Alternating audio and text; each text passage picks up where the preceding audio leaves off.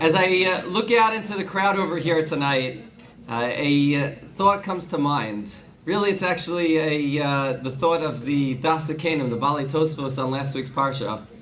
The Torah tells us in last week's Parsha that Yaakov Avinu, Vayaras Agalos, Yaakov Avinu sees the wagons that Yosef Hatzadik sends to him.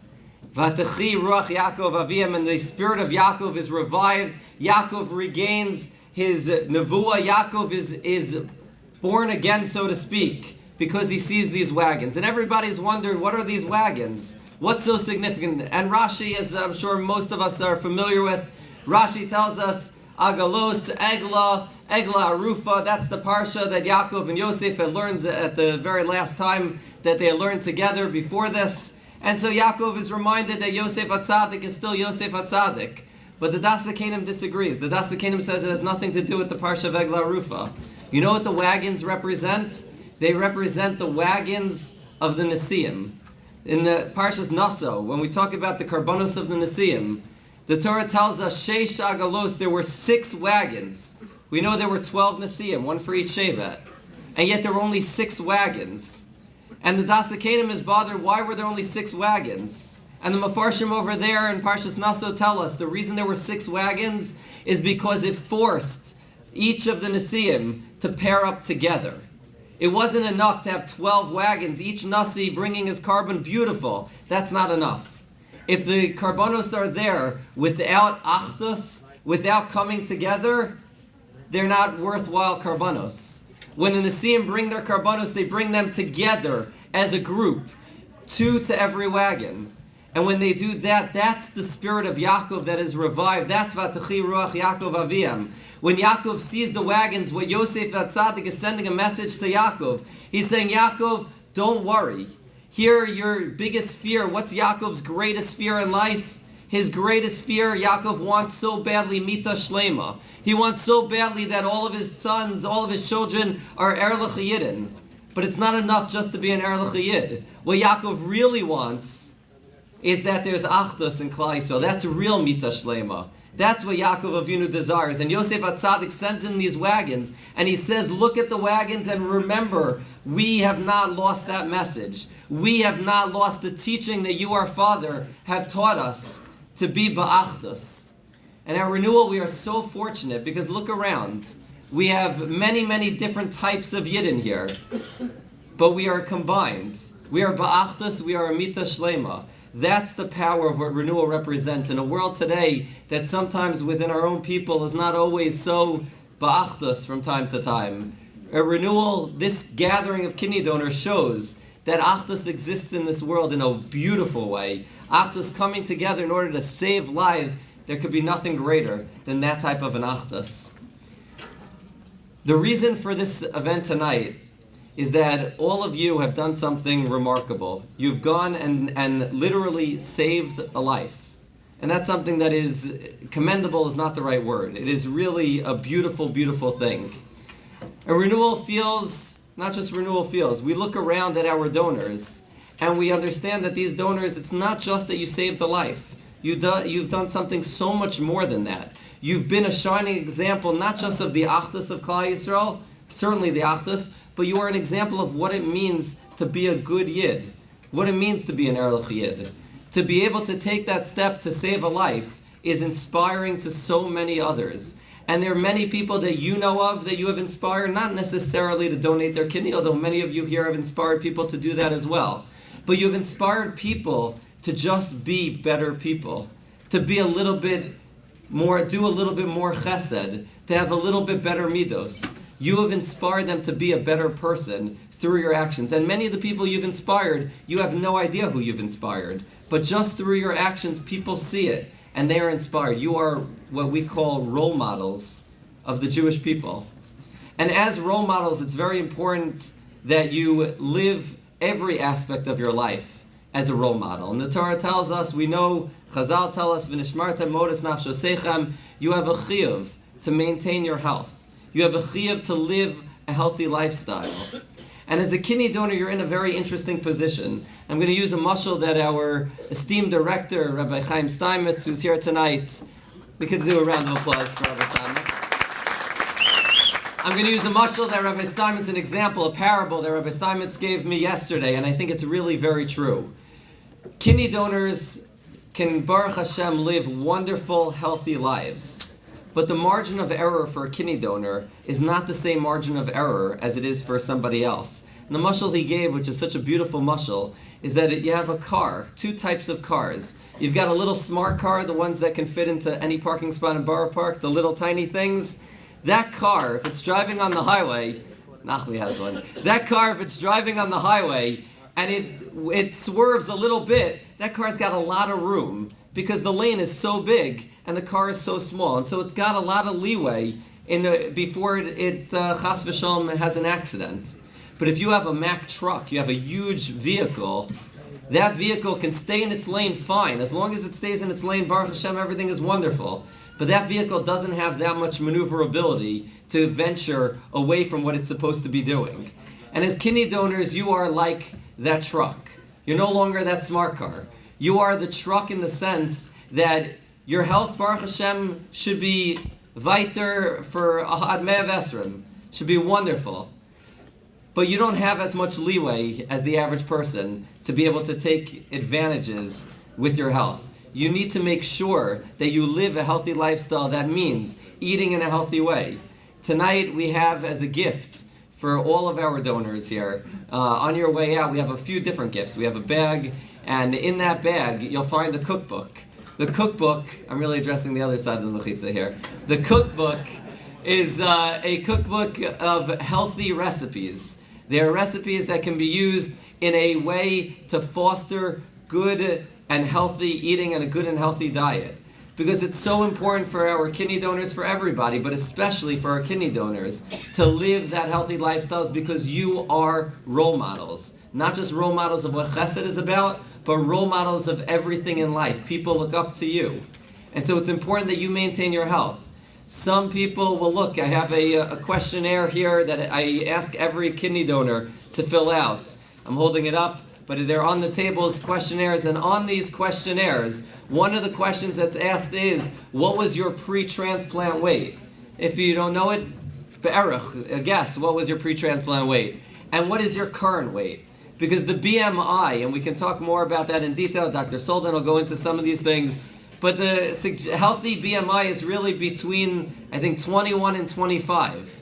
And so for many people, included people here in this room, we need to take this opportunity to really focus our energies on becoming very healthy people. Many of you have donated your kidney, and Baruch Hashem, continue to lead very healthy lifestyles, and Kol HaKavod, continue to do that. But for those who may have slipped a little bit over the years, this cookbook should hopefully help to put you back on track. But if the cookbook is not enough, we also have to give away, for every kidney donor we have, I'm holding it up, we have a smartwatch or a Fitbit-like kind of device. What it is basically is, it measures how many steps you take. And it's a very useful tool. I'm wearing it. It's a very useful tool to tell you, did you take enough steps today? Did you walk a lot? And it tells you how far you've walked. It tells you how many calories you've burned. It's a very helpful thing. And we have two types, actually three types of these watches. We have this watch that I'm holding up right now, which is just tells you basically how many steps you took and how many calories you've burned. And this we have in two forms. We have one for the ladies and one for the men, different colors. We also have one that is a little bit more advanced and sophisticated, that for those who are so inclined will hook up to a smartphone, can actually measure your heartbeat, your blood pressure. It actually can take into account a lot of different things, and you can sync it up with a smartphone, so those who have a smartphone are more than welcome to take those, or to take the other one. But we have these options. I implore you, I beg you, please use them. This is your responsibility to maintain your health and live a healthy lifestyle, and to continue to go on being those role models that each and every one of you is, and God willing, will continue to be. I want to introduce for our next speaker, I want to introduce really the focus of our event tonight. We have a few different key speakers.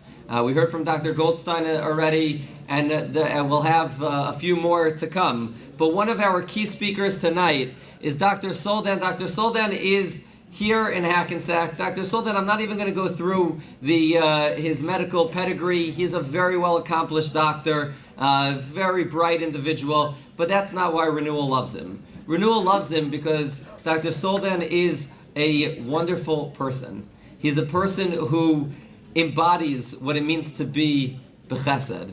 He's a person who lives, and he doesn't like when I'm saying these things, I know that, but I have the microphone, and so it's tough luck for him.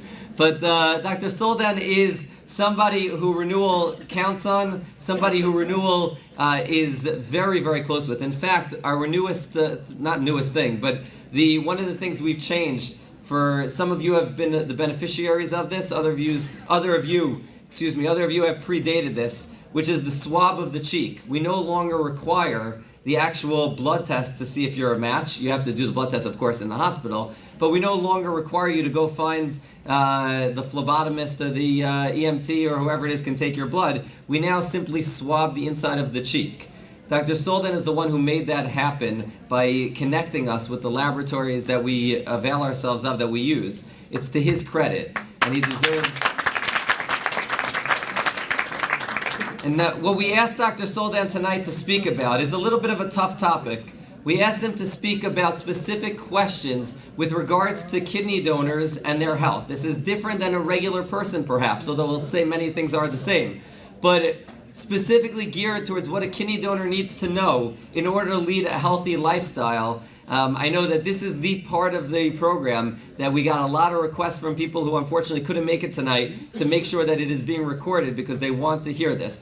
Many of you submitted questions ahead of time, and that Dr. Suldan certainly appreciates that. Give him a little bit of a chance to prepare it. But we are all very much looking forward to hearing his wonderful advice and answers to our questions on kidney donation. Yeah.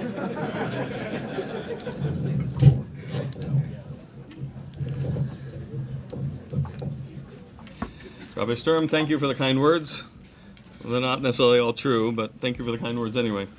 Welcome everybody to Hackensack. We are so excited and proud to host Renewal and so many donors here at our hospital.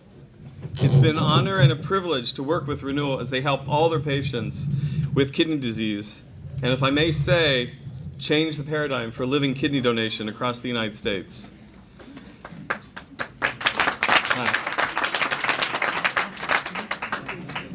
I am a general nephrologist here in Hackensack. My office is right up the street, and my partners and I work closely with the Hackensack Transplant Center.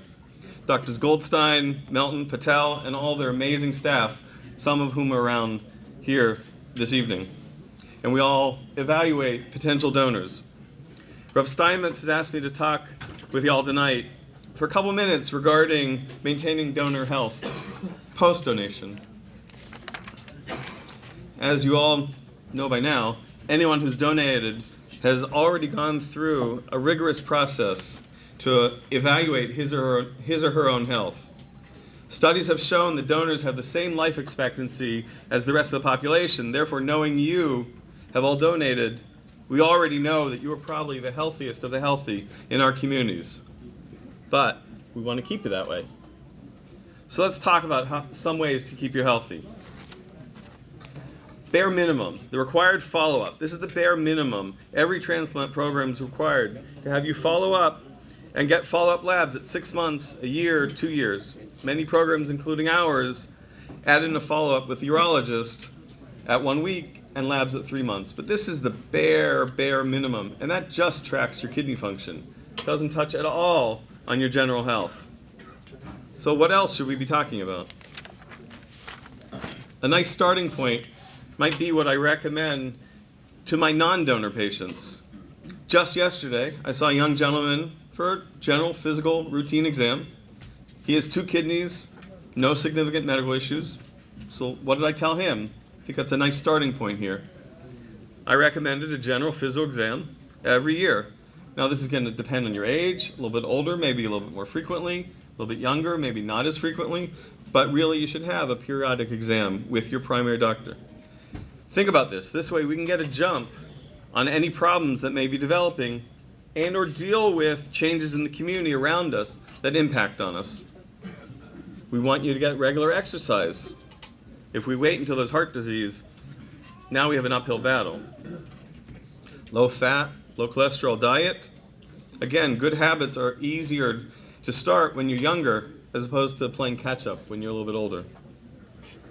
One question that's come up over and over and over again, and already I've been asked, I think 3 times tonight, can I take NSAIDs? Can I take Advil, Motrin, Aleve, ibuprofen? This is something I and others recommend against, but it's not across all programs. Some programs are okay, some programs are not. I recommend not to take, and we'll get into that a little bit more later. We recommend to our patients a flu shot annually. This is not only important for you, we don't want you getting the flu, but if you've donated to a friend or close family member and you're in contact with them, the last thing you want to do is pass something on to them, pass flu on to them. So please protect yourself so you can also protect your family members. For those over 50, their current recommendations are for you to get a colonoscopy, and we'll talk about that in a little bit, and also, more recently, to get vaccinated for pneumonia. Similar to the flu vaccine, I would argue if you're in contact with someone who's immunocompromised, a recipient, these are worthwhile vaccines to get. Now remember, I said before, we want to stay on top of changes that may be occurring in the community around us. And therefore, a periodic wellness exam, the physical exam, is a good place to address these. And there's a prime example right now going on in our communities. The recent measles epidemic, I think I have to bring up. I tell my patients, with backup from the CDC, that if you don't know whether you're immune or not, please get checked for measles immunity. In my non-scientific study, I've tested about 20 people in my practice so far, people from Teaneck, from Passaic, from Rockland County, and already 20-25% of people are non-immune, have shown non-immunity. So this is very important. With measles spreading within our communities, it's very, very important. You may have been told you want to avoid contact sports. Okay, I'm betting that's not a major issue here, that not many people here are playing rugby or football, hockey, but there may be some. And dancing at a Jewish wedding doesn't rise to the level of contact sports. But the flying hora may be something you want to avoid. People have asked me about vitamins and herbals. In general, the average American diet, good data suggests that the average American diet has enough, and we don't really actually need the extra vitamins and the extra herbals that people are taking, unless there's a specific deficiency that's been identified. Urinary tract infections. This is something you want to be on the lookout for. If you develop symptoms of urinary tract infection, this is something we want in someone else. They might wait, they might say, oh, let me see if it passes. In someone with a single kidney, this is something we want to know about sooner rather than later. So call your primary doctor if you're having symptoms. Now, other questions people have asked me. You can see this is really, overall, this is just general health. You are just like the rest of the population in many aspects, except for a couple, and that we're going to start getting into. People have asked me about fasting on a single kidney. That's something that comes up, especially in our community. Can I fast? So I was asked this several years ago by a donor from a local community who was very upset. He was told, oh no, he can't fast. I went to 2 of the top nephrologists in the country. Menachem, you may remember these emails going back and forth. And they both responded, it is okay to fast. One of them even shared with me a study. Now get this, the study was fasting in Saudi Arabia during the summer for Ramadan. Okay, not exactly applicable directly to our population. However, if you think about it, then actually not so far from what we do on Tisha B'Av or Yom Kippur. And it's sort of at the same level. And the study said it was fine to fast. There were no problems with a single kidney. That being said, please make sure to eat and drink beforehand and after so you don't become dehydrated. We talked about colonoscopies for those above 50. And that is important. This has become the gold standard here and certainly in this area and across the United States, for screening for colon cancer. If you're already above 50, you've already had that just going into the donation. But one thing you may not realize is the PrEP. And the PrEP is something that we as nephrologists talk with our patients about. Remember that stuff you had to drink, or that you can imagine people drinking? Yes, I heard someone not upset at the PrEP over here. This is a question I get all the time. What PrEPs are allowed? There are certain PrEPs that we do not want you to take. And I tell my patients, please don't take something that contains sodium phosphate. Fleet's Phos-Soda, Fleet's enemas, or another form of that. There's been an association with kidney problems with those. So as we hit 50, keep that in mind. Are there routine diet restrictions for a donor? Well, we want you on a heart healthy diet, but otherwise no. We don't have restrictions. Alcohol. I have already been asked once. I know I got an email from Rav Steinmetz about this. Is alcohol use okay? I don't recommend excessive use, but moderate use of alcohol is considered okay. Yes. Someone asked me specifically about Kiddush, and certainly a glass of wine, a shot of whiskey at Kiddush is considered okay. I don't have a problem with it. Smoking. I don't know how many people here are smokers. There are programs around the states that do allow donors who smoke to donate. If you have donated and you are still smoking, I'm not going to ask, please don't raise your hand, but please stop. Please stop because of your general health. Please stop because of your cardiovascular risk, your stroke risk, your vascular disease risk, your cancer risk. Please also stop because smoking is associated with a faster decline of kidney function and increased risk of kidney disease. So of all people, if you've donated, please stop smoking, if you are one that is. This is what I said recently to a potential donor that came to see me. I said, take advantage of this process. By donating, you will save your friend's life. But by stopping smoking, your friend, whose life you will be saving, will have just saved your life. He came back to me, and he went from 4 packs down to nothing. I'm inspired by him, just that alone, that he was able to do that. I've been asked the question about pregnancy after donation. Now, for this half of the room, I can't recommend getting pregnant. The other half of the room, after the first several months after donation, there shouldn't be a restriction in terms of getting pregnant. However, I at least recommend that you're under the care of an experienced OBGYN. Let's get to a couple questions, specific questions that I've been asked. A couple emails have come through. Feeling cold. A number of people have mentioned that they feel cold after donation. I had never heard this about donors. I asked one of our urologists who do the donor nephrectomies.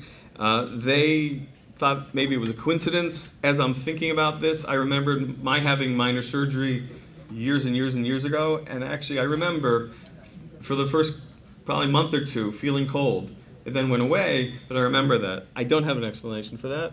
Maybe Michael has an explanation, but I don't, and I know our donor urologist did not. They did suggest, just to make sure, that if you are one that is feeling that way, make sure you check for anemia. Talk with your primary doctor about getting checked for anemia, because that can sometimes do it. But you shouldn't be anemic after donation either, but it's something to get checked out. Medications, Advil, Motrin, we've talked about already. In general, I advise not to take, but that's not across the board in all programs. There are programs that don't necessarily restrict, but I would still keep it to a minimum. I, in my practice, have patients who've been taking it for years and years and years and have had no problems.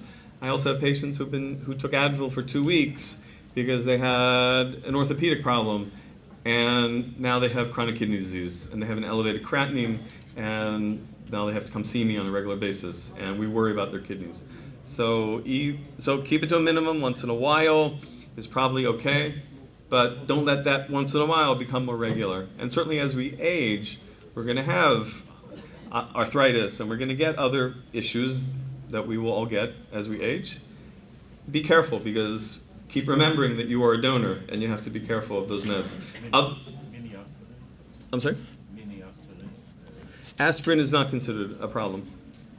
So in fact, a lot of people as we age, are put on aspirin for heart health. That is not considered a problem.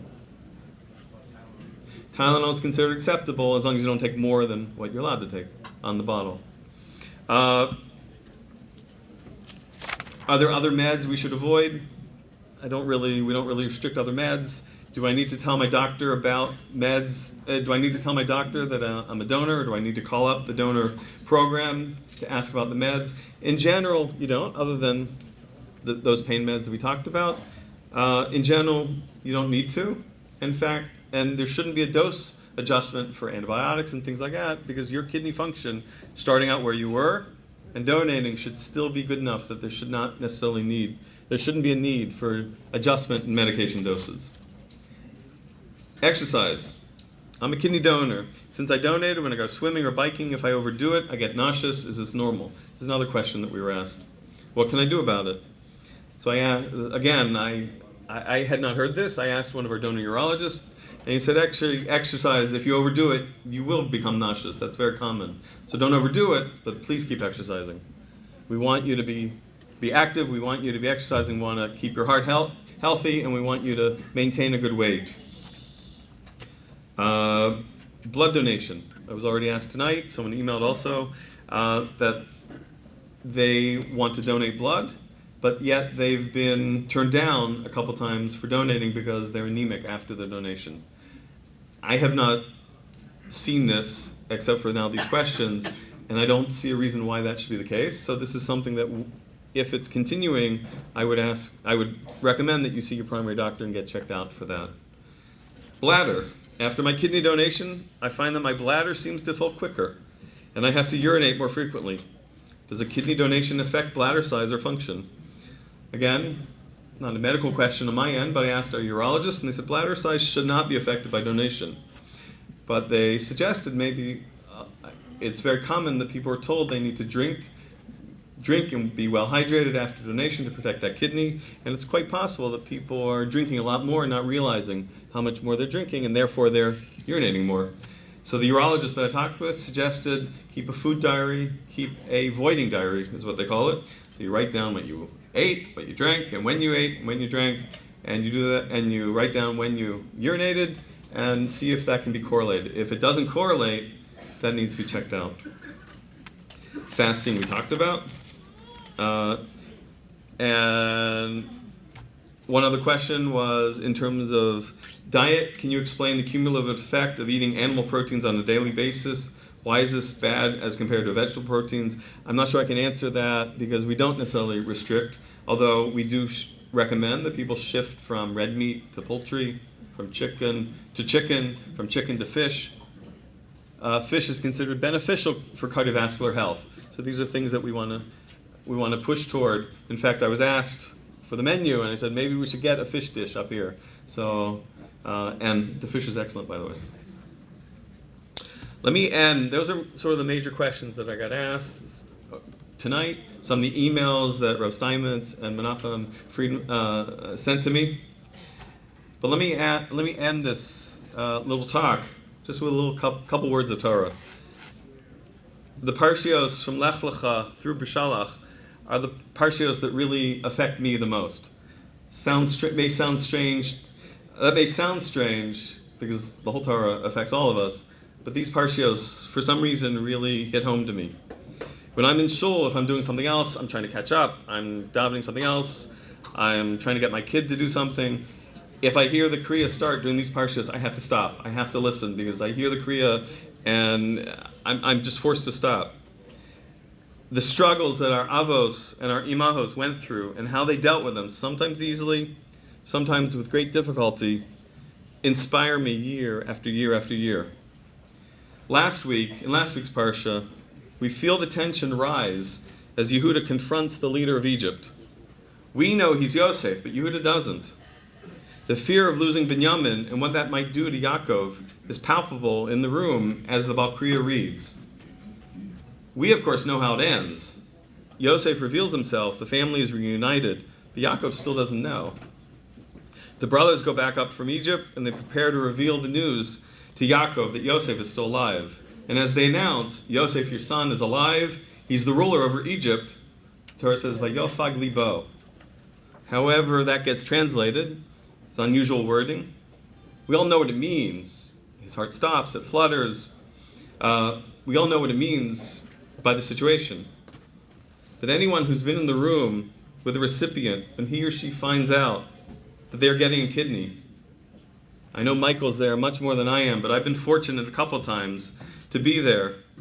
You know exactly what Vayofag Libo means, because you've seen that in the face of a recipient. To see the realization come across the face of a dialysis patient that he or she is getting a kidney and will no longer be tied to a machine, they will be getting their life back. That is to witness Vayofag Libo firsthand.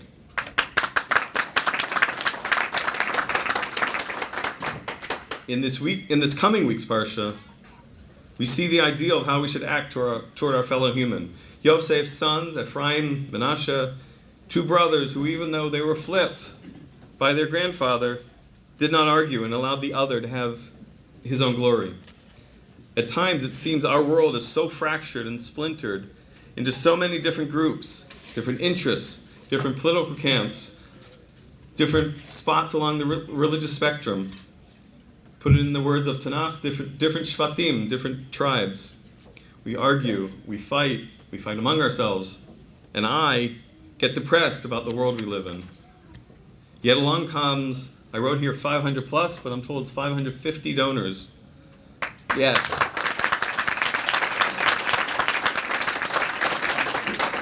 Yet along comes 550 donors who have donated at the highest level, selflessly with only one thought: someone else needed it more than me. And you, all of you, remind me that this world is still a good place, and remind all of us that we are still Am Echad B'Lev Echad. It is said that the world continues to exist only in the merit of Lamed Vav, or 36 righteous people. I would argue that maybe 36 really should be 550 and growing. Because all of you remind this man standing in front of you how even he can be inspired, not just by our avos, but by people right here, right now, right in front of him. Thank you for what you've done. Please stay healthy.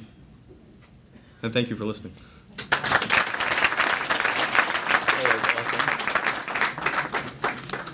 Thank you so much. Please, everybody, really take all of that to heart. We want you should all be healthy.